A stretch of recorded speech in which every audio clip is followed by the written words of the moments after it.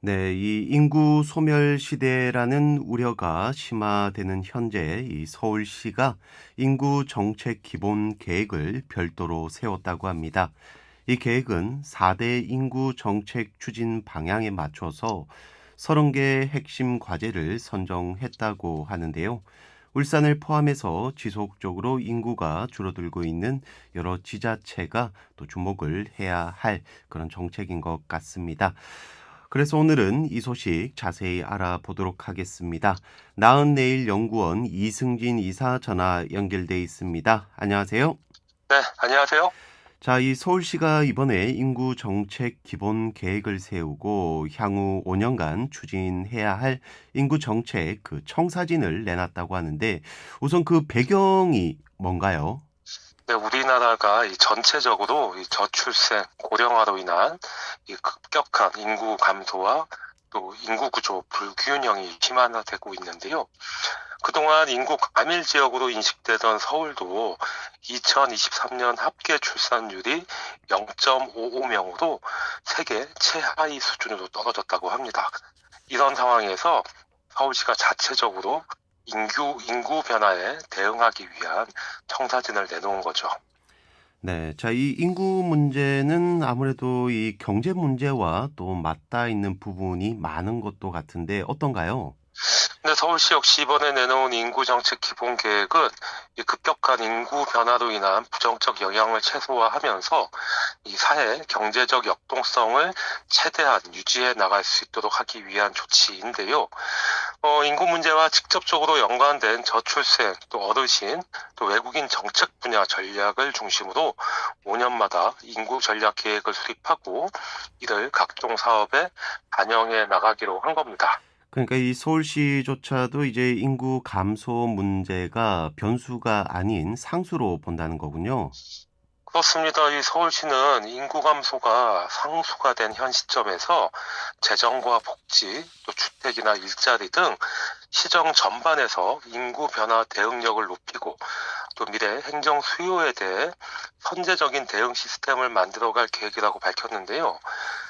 인구 변화 대응위원회의 자문과 또 서울연구원의 분석을 거쳐서 마련한 이번 기본 계획에는 향후 5년간 집중적으로 추진할 30개 핵심 과제를 담았다고 합니다. 자, 그럼 이 서울시가 이번에 발표한 인구 정책은 좀 어떤 추진 체계를 갖추고 진행을 해 나갈 계획인가요? 울산도 마찬가지지만 이 대개의 지자체가 정책 수립과 추진에 있어서 기획조정실 또는 이와 유사한 명칭으로 운영되는 부서에서 진행을 합니다. 여러 부서 간의 사업이나 예산을 조정하고 분배하는 역할이 주로 여기서 이루어지는데요. 서울시 역시 이 기획조정실을 중심으로 인구정책 발굴, 조정, 평가, 한류를 위한 추진 체계를 구축하고 또 저출생 고령화로 변화하는 행정 수요에 대한 대응 역량을 높일 계획이라고 합니다.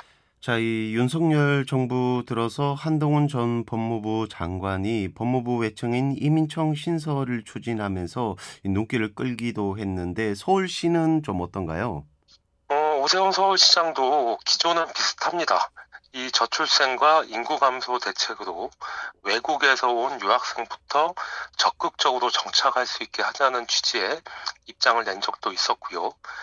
이번 발표에도 이에 대한 기조가 녹아 있는 것 같은데 우선 인구변화 대응위원회의 이민정책 등 이 새로운 분야의 민간 전문가를 15명에서 20명 정도로 확충을 하고 이 새로운 정책 의제를 적극적으로 이제 발굴을 하겠다 이렇게 밝혔고요.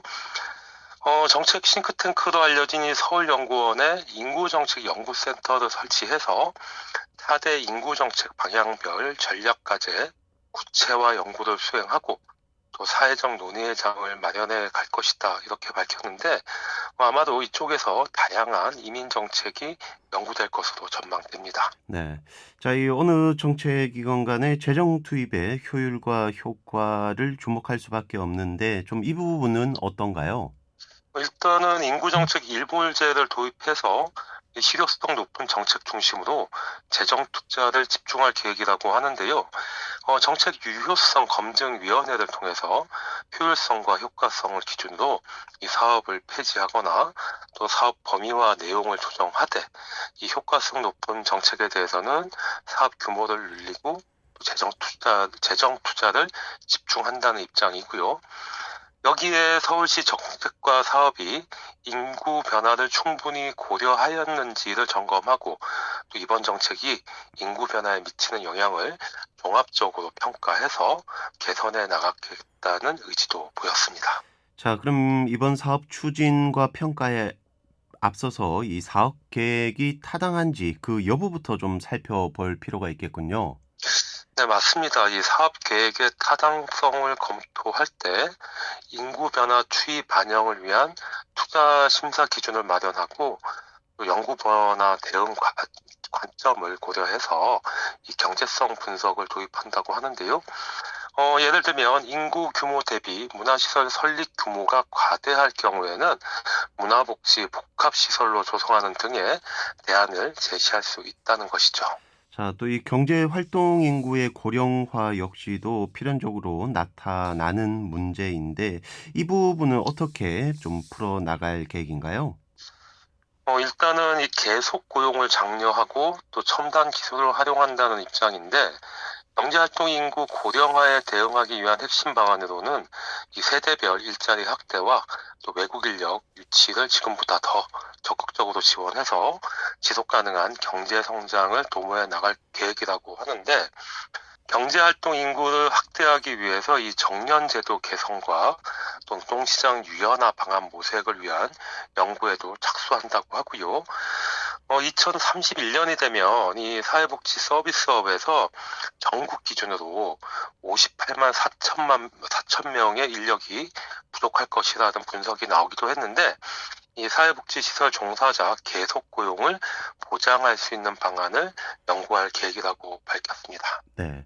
자, 그러면 현재 이 사회복지 시설에서 근무하시는 분들의 이 정년이 어떻게 되나요? 사회복지시설 종사자의 인건비, 보조금 지급, 연령 상한 기준을 적용해 보면 이 종사자 같은 경우에는 60세, 또 시설장은 65세로 규정하고 있는데요. 이 서울시 발표에 따르면 이 보조금 지급 연령을 점차 상향시키면서 이 계속 고용을 늘릴 수 있도록 하겠다 이렇게 밝혔습니다. 네. 자, 이 서울시 같은 경우는 외국인 가사 관리사 시범 사업을 추진하면서 또 논란의 중심에 서기도 했는데요. 이런 기조도 계속해서 확산시켜 나갈 가능성이 아무래도 많겠군요. 네, 그렇습니다. 이 가사 관리사를 포함해서 이 돌봄 분야 인력 역시 이 고령자들이 많고 또 그만큼 이제 일하다 다치는 경우도 많기 때문에 사실 힘든 일은 기피하는 경향이 있습니다. 근데 뭐 일하시는 분들 입장에서는 이제 어쩔 수 없는 문제이기도 한데요. 이런 점을 고려해서 서울시는 이 간병인과 같은 이 돌봄 분야 이 외국 인력을 늘리기 위해 2025년부터 준 전문 인력 취업 학교를 운영하고 또 정부와 협력해서 고용 허가제의 E9 비자 대상 인력을 확대해 나가기도 했고요. 이를 위해서 서울시는 이민 다문화 정책 강화를 위해서 7월 1일자로 국장급 조직인 글로벌 도시 정책관을 신설하기도 했습니다. 자, 이 외국 인력을 늘리는 것, 이것이 모든 문제를 또 해결해 줄 수는 없을 것 같은데 또 다른 대안은 어떤 게 있나요? 근데 이 돌봄 인력 구인난을 대비해서 이 로봇과 AI 산업 육성을 위한 지속적인 투자와 함께 이 초고령 사회 대응 돌봄 로봇 서비스 보급도 활성화할 계획이라고 하는데요. 구체적으로는 올해 서울의료원 내부에 혈액, 검체, 또 약체 이송 로봇 도입, 또 서울 어린이병원 내에 재활치료 로봇과 인프라 구축 등 돌봄 로봇 서비스 선도 공간을 조성한다고 합니다. 자, 이 학령 인구 감소와 고령 인구 또 외국인 인구 증가에 따라서 도시 공간의 수요 공급 불균형도 좀 심화가 될 것 같은데 이건 어떤가요? 네, 그렇습니다. 아무래도 학령 인구가 줄어들면 뭐 어린이집이나 학교는 이제 폐교가 되고 네. 또 어르신들을 위한 또는 외국인들을 위한 공간이 그만큼 더 부유해질 수밖에 없는데 그에 대비해서 서울시는 이 도시 공간을 효율적으로 재구조화하고 또 컴팩트한 도시를 조성한다고 밝혔는데요. 이 초고령화로 인한 노인 주거와 요양시설을 최대한 확보하고 지금까지는 이 비선호 시설로 인식되고 있던 이 요양시설을 복합시설로 조성하는 한편 이 생활 필수 시설로 설정하겠다라고 하고요. 또 학령 인구 감소로 폐교되는 부지는 돌봄과 일자리, 교육처럼 인구 변화 대응을 위한 공간으로 활용할 계획이라고 밝히기도 했습니다. 자, 그리고 이 기대 수명이 이 계속해서 늘어나는 만큼 아무래도 이 노후에 이 요양시설에서 좀 보내야 하는 그런 시간도 많이 늘어날 것 같은데 어떤가요? 2021년 기준으로 이 건강 수명은 한국은 이제 70.5세였고요. 또 기대 수명은 85.2세로 나타났는데, 그러면 이 사이에 이 요양이나 또 투병 생활을 해야 하는 기간이 한 14년 7개월 정도 된다고 합니다. 네. 그만큼 이게 재가 서비스와 이 건강관리 서비스를 강화할 필요가 있는데, 이 서울시는 이 기부 체납 시설을 활용해서 우리 동네 노인 요양 시설을 확충해 간다고 하는데, 실제 전국 최초로 이 재개발 사업 기부 체납을 통해서 은평구에 이 실버 케어 센터를 개설한 바가 있고요. 그리고 또 노인 연령 기준도 65세 기준이 현재는 유지되고 있지만, 이 어르신 스스로 생각하는 노인 나이가 72.6세로 조사된 바 있기 때문에 신규 복지 사업의 경우에는 연령 기준을 60세에서 80세 사이로 유연하게 적용하는 방안을 검토할 계획이라고 밝히기도 했습니다. 네. 자, 그리고 이 밖에 혹시 주목할 만한 정책이 있다면 어떤 게 있을까요? 탄생 응원도시 서울이라는 이 슬로건을 걸고 이 서울시는 지난 4월부터 민간 위탁 또 보조 사업, 농력 입찰 시에 기업의 육아 친화 제도 운영 현황을 반영해서 가점을 부여하고 있는 것도 주목할 만했고요. 또 아이돌 본비 사업처럼 이 양육 지원 사업의 소득 기준을 폐지해 나가겠다는 입장이라던가, 또 출산 휴가 사각지대인 자영업자와 프리랜서 임산부에게 출산급여 90만 원을 추가로 지원하고, 또 출산, 육아, 주거 지원 정책에서 미혼 출산 가구에 대한 차별 완화 방안 정책 연구도 눈길을 끌었습니다. 네. 자, 이 그동안 서울은 여러 영역에서 다른 지자체보다는 좀 더 특별하다라는 인식이 좀 컸는데요. 인구 감소 문제에서는 모두 다 이 자유롭지 않다는 사실을 다시 확인할 수 있었던 것 같습니다. 산업도시 울산도 이 지속적인 인구 감소로 인한 위기론이 나오고 있는데요. 오늘 살펴본 서울시의 인구정책 기본 계획을 좀 주목해 볼 만한 그런 필요가 있다라는 생각이 듭니다. 자, 오늘 소식은 여기까지 하겠습니다. 지금까지 나은내일 연구원 이승진 이사였습니다. 오늘 말씀 감사합니다. 네, 고맙습니다.